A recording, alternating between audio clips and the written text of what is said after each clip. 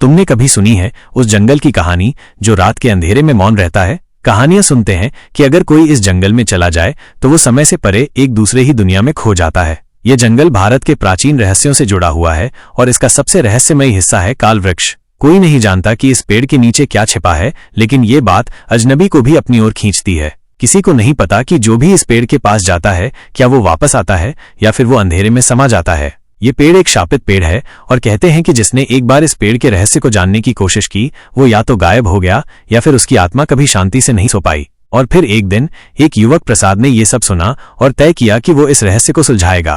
क्या वो इसे जान पाएगा या ये उसे भी अंधेरे में समा लेगा? ये वही कहानी है जो आज तुम सुनने जा रहे हो। प्रसाद की यात्रा की शुरुआत। प्रसाद का दिल तेजी से धड़क रहा था। वो जानता था कि उसका रास्ता सरल नहीं था, लेकिन उसकी इच्छा इतनी प्रबल थी कि वो किसी भी कीमत पर रहस्य जानना चाहता था। यह कथा प्राचीन खजाने और दादी की खोई संपत्ति से जुड़ी थी, लेकिन वो सच जानने के लिए खड़ा था। वो जंगल में दाखिल होता है और जैसे जैसे वो पेड़ के करीब पहुंचता है, हवा की दिशा बदलने लगती है। एक अजीब सी खामोशी उसके चारों ओर गूंज रही थी। सामने काल वृक्ष खड़ा था और उसकी जड़ों में एक तरह की मिस्टिकल शक्ति महसूस हो रही थी। वृक्ष की शाखाएं हवा में झूल रही थीं और पेड़ के नीचे बैठने पर उसे किसी के घूमने की आवाज सुनाई दी। क्या ये आवाज किसी आत्मा की थी या फिर उस पेड़ से निकल रही दिव्य शक्ति की गूंज थी?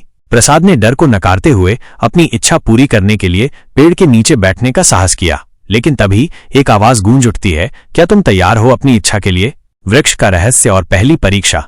प्रसाद को लगा जैसे किसी ने उसका दिल पढ़ लिया हो। वो आवाज ऐसी थी जो सीधे आत्मा तक पहुंचती थी। उसने आंखें बंद की और फिर धीरे से कहा, मैं अपनी दादी का खोया हुआ खजाना वापस पाना चाहता हूं। जैसे ही उसने इच्छा पूरी की, अंधेरे में से एक धुआं निकलता है और उसके चारों ओर चक्कर लगाने लगता है। वो जल्दी से उठा, लेकिन तभी पेड़ की जड़ें चमकने लगती हैं। अचानक उसकी आंखों के सामने एक चमकती किताब गिरती है जो पेड़ की जड़ों में से निकली थी। उसने किताब खोली तो उसमें प्राचीन वेदों का एक रहस्यमय श्लोक लिखा हुआ था, लेकिन जब उसने श्लोक पढ़ा तो उसका शरीर कांपने लगा। उसे एहसास हुआ कि वो उस रहस्य को जानने के बाद अब भाग्य के खेल में फंस चुका है। दूसरी परीक्षा।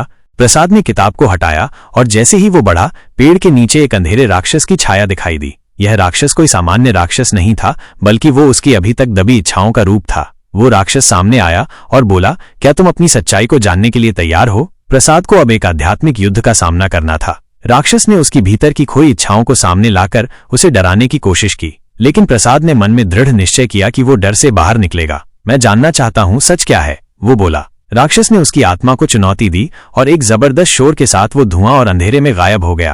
अंतिम रहस्य और सच्चाई।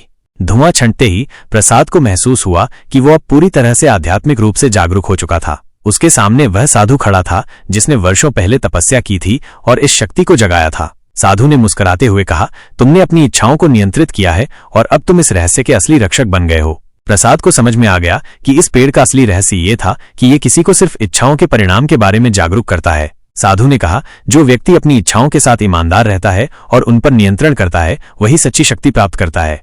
प्रसाद अब उस पेड़ की सच्चाई को समझ चुका था और उसने वो खजाना पाया, लेकिन ये खजाना किसी भौतिक संपत्ति का नहीं बल्कि एक आध्यात्मिक ज्ञान का था जिसने उसकी पूरी दुनिया को बदल दिया।